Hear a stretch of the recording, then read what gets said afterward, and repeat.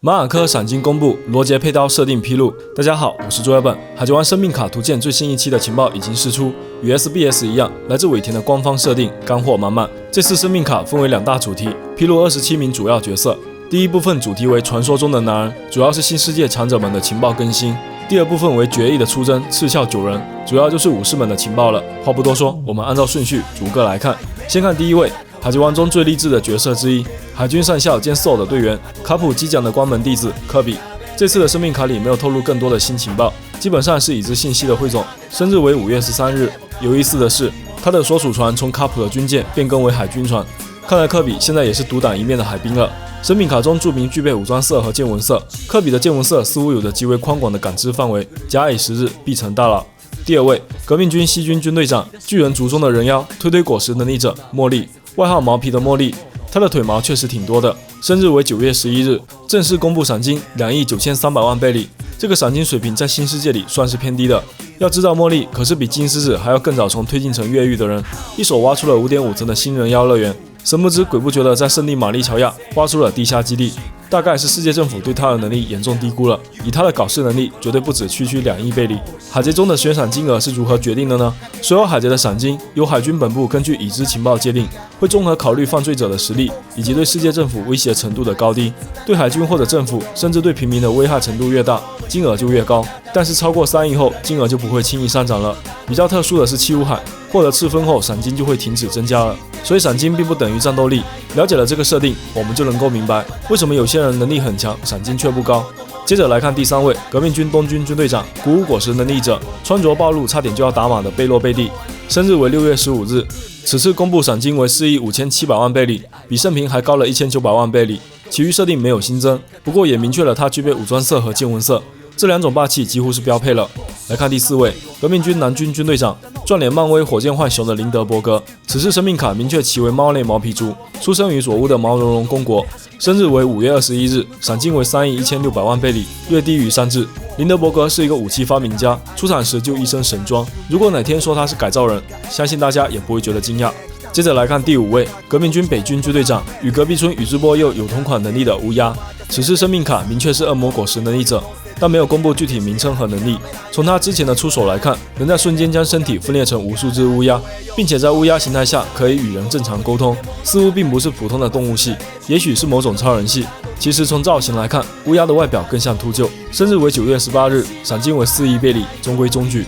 来看第6位，海贼王又一励志角色，最具潜力的反派 BOSS， 新晋4皇之一，黑胡子马歇尔蒂奇。必须强调一下，蒂奇确实是低之一族，并不是营销号嘴里的自己加上的低。生命卡也再次明确，生日为8月3日，但想必大家不会对他的生日有兴趣。这里的生命卡并没有标注出蒂奇具有霸王色霸气，但这样的一个人物没有霸王色是比较奇怪的，很可能是因为还没有在正作中出手，所以生命卡资料没有更新。来看第7位，月主月入位，性情真男人的光月玉田，3色霸气全部具备，生日为2月22日。年龄处直接注明享年39岁，这是死者才有的说法，所以玉田是真的死了。莫名想起了当初真假玉田的全网大讨论，海贼王里的打脸总是来得猝不及防。生命卡同时公布了玉田早期的人设，发型更像一串关东煮，但后来还是改成了平底锅。来看第8位，曾经的世界最强男人，永远的老爹，白胡子爱德华纽盖特，生日为4月6日，爱好是存钱，因为白胡子一直在默默捐款给自己的故乡斯芬克斯。为此平时在白团里表现得很小气，生命卡直接放上了老爹壮年时期的形象，毕竟当时可是比肩罗杰的顶级强者啊。来看第9位，不死鸟马尔科，生日10月5日，悬赏金13亿7400万贝里，比奎因还要高5400万贝里，是目前已公布的4皇干部中赏金最高的存在。不过这样看来，进的赏金很可能高于马尔科。本贝克曼至今没有任何情报公开，暂时不做讨论。应该说，小马哥这个赏金水平还是符合其实力的。幻兽种不死鸟顶上战争的亮眼表现，都值得这个身价。但他在战争后隐退近2年，并且身为船医，不像山斋那样好战，可能在政府和海军眼中威胁程度也较低。还是那句话，尾田说了算。他的生命卡里还有一条比较有意思的情报，所属船只莫比迪克号目前的状态是暂时解散中，莫比迪克号已被保管，暗示着莫比迪克号和白团残党仍在。这艘支撑了白团数十年的主舰，当时在顶上战争中被赤犬的流星火山击中，就再也没有下文。但现在看来，白团队长们撤退的时候还是把它带走了。未来某一天，也许白团会再次集结，像草帽大船团一样，来帮助路飞完成那件历史使命。一句话，尾田又挖坑了。来看第10位，强大海贼王，知晓了一切的男人——戈尔迪·罗杰，生日为12月31日，一年的最后一天，象征着新旧更迭，时代伊始。最讨厌的食物是药，身患绝症的罗杰一定曾经挣扎过。年龄处的信息也很特别，51岁，26年前。因为这里使用的是罗杰壮年的形象，与早期生命卡不同，不用过度解读。罗杰的配刀正式公布名称：艾斯 ，S 意为王牌，这即是罗杰强大实力的象征，也是他对儿子的殷切期盼。这把名刀属于无上大快刀12弓之一，成为第4把已经公开的顶级兵器。另外3把大快刀分别是初代鬼彻，疑似无老星持有，从云切，白五子配刀。夜鹰眼持有的最强黑刀。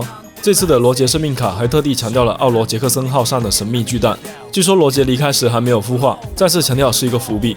来看第11位，全海贼最有面子的男人，红发香克斯，儿童版，也是用到了罗杰海贼团时期的形象。小时候的香克斯活泼好动，但也已经展现出超越常人的气魄。年龄为13岁，26年前，生日是3月9日，和作业本同一天耶。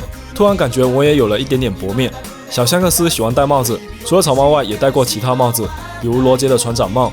香克斯的暗号是放浪，放荡不羁、自在游走的意思。来看第12位，海贼王中王，最强运的男人，小丑巴基，儿童版，与香克斯一样，年龄为13岁，26年前，生日为8月8日。小小年纪就培养了收集藏宝图的爱好。生命卡里强调，他与香克斯的南北极争论，貌似进行了很长时间，算是圆上了之前剧情时间有点对不上的矛盾。不愧是你，尾田。来看第13位，食尸果实能力者，可歌可泣的听月石夫人，生日为1月19日，出生地不明。因为石夫人是从古老的过去穿越而来，很可能是空白100年间的人物。享年36岁，也是确认已经去世的人物。原本期望他会在死前用能力穿越到20年后的鬼之岛决战，但现在官方已经排除了这种可能性。来看第2部分，决议的出征，赤鞘九人。首先是倚仗，生日为10月13日，悬赏金5亿1000万贝里，比艾斯低了4000万贝里。中规中矩，毕竟是16番队队长，在白团暂时解散后，似乎还继续单独行动，换过一次船。之前在 SBS 中曾经介绍过，倚仗改用枪作为武器，是受到比斯塔的开导。而在最初的设定中，是白胡子解开了倚仗的心结。接着是运气堪比乌索普的另一个大神警卫门，生日为1月29日，武装色、见闻色都具备。不过在正作中还没有看到他使用过见闻色。警卫门是2刀流，2把刀的名称也正式公布：柱餐和角餐。警卫门的浮浮果实最初叫幻幻果实，似乎幻幻的想象空间会更大一些，可惜后来被限定在了更换衣服上。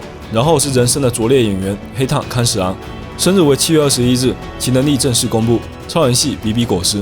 虽然没有进一步解释其效果，不过看起来是能够将自己画出的东西变成现实的能力。海贼王版的神笔马良，能力上限相当高，可惜是个坏人。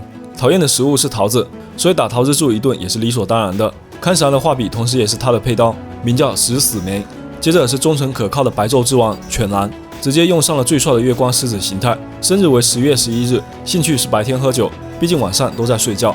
此次生命卡中强调，月光狮子形态可以强化霸气，这个神秘的变身更加神秘了。然后是暴躁老哥黑夜之王猫腹蛇，生日为11月22日，兴趣是夜晚游泳，难怪他居住的屋子有个巨大的温泉。接着是忍者雷藏，超人系卷卷果实能力者，能够用卷轴捆缚对手，反弹攻击，生日为2月26日。早期设定里面与现在的造型差异相当大，原本是一个恶鬼模样的糙汉，但总觉得也比现在的猥琐大叔好一点。最初的设定叫雨之雷藏，还有个飞天蛤蟆的奇怪外号。然后是小菊，外号残雪菊之城，生日为9月9日，性别为男，但是心里是女，所以到底是什么性别，你们细品。早期设定就是按照美少年的风格来创作。小菊战斗时习惯戴上鬼面盔甲，原本以为是像兰陵王一样为了威慑敌人，但是生命卡中强调，小菊是为了压制自己的仁慈，不对敌人手下留情。接着是传次郎，九侠中最有勇有谋的一位，生日为10月26日，武装色、见闻色齐备，剑术高绝，曾经与索隆交战不落下风。早期设定里面的发型有点像现在的倚仗，后来改成了束发，真是个明智的选择。然后是桃山盗贼团首领阿修罗童子，外号九天王，改名的原因是为了躲避黑炭大蛇的势力，率领盗贼团在九里山中蛰伏。生日为4月10日，唯一一个由玉田凭借武力降服的加成，他的实力应该是九侠中最强的，可惜正作中给到的戏份并不多。最后是和松，此次生命卡正式公布其种族，红旗东方同鱼人，生日6月14日，出生在渔人岛。可惜他不是海贼，没有赏金，不然又是一个渔人族精英人物。小时候跟随妈妈逃难来到和之国，后来修习武艺和剑术。与圣平一样，喜欢穿着带有花纹的浴衣，但他并不会与人空手道。接着来看和之国篇其他几位重要的角色。首先是阿赫，九卫门的妻子，看起来很年轻，其实已经55岁了，生日为9月15日。根据生命卡披露，阿赫很早就察觉到阿菊的身份，仍然让他继续在茶馆工作。后来为失忆的大妈做了超好吃的年糕小豆汤，大妈因此才有了去监狱找小豆汤的想法。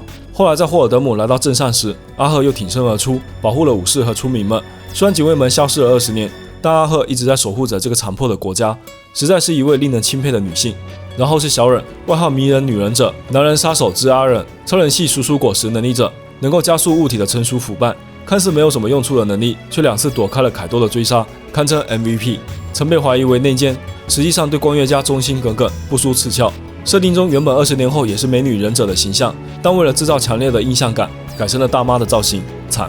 接着来看花之都黑帮老大花之暴五郎，生日为2月14日，极其擅长武装色霸气，教会路飞将武装色霸气从体内流出，形成无形铠甲的关键人物。年轻时的实力非常强大，剑术霸气都是一绝。早期设定中他是灵后乡的老大，因为灵后位于和之国北部，所以外号北方战鬼。本次生命卡的最后是关月日和，关月家族的另一个传人，海贼王世界中的3大美女之一，生日为12月23日，出生于莫比迪克号。为了隐藏身份，曾经化名小紫，身上还有许多谜团，并且很可能已经潜入鬼之岛。早期设定中的表情看起来更加迷离，还有一个无刘海的造型，颇具成熟魅力，不过有点赚脸罗宾。以上就是本期海贼王生命卡情报的汇总分析啦。本次生命卡信息量颇大，罗杰佩刀、马尔科闪金都是十分抢眼的新设定。关月玉田、石夫人的逐年，算是赌上了这2人穿越的可能性。最后神秘巨蛋又留下了无限遐想，欢迎在评论区和大家分享你的观点哦。我是朱亚本，下期见啦。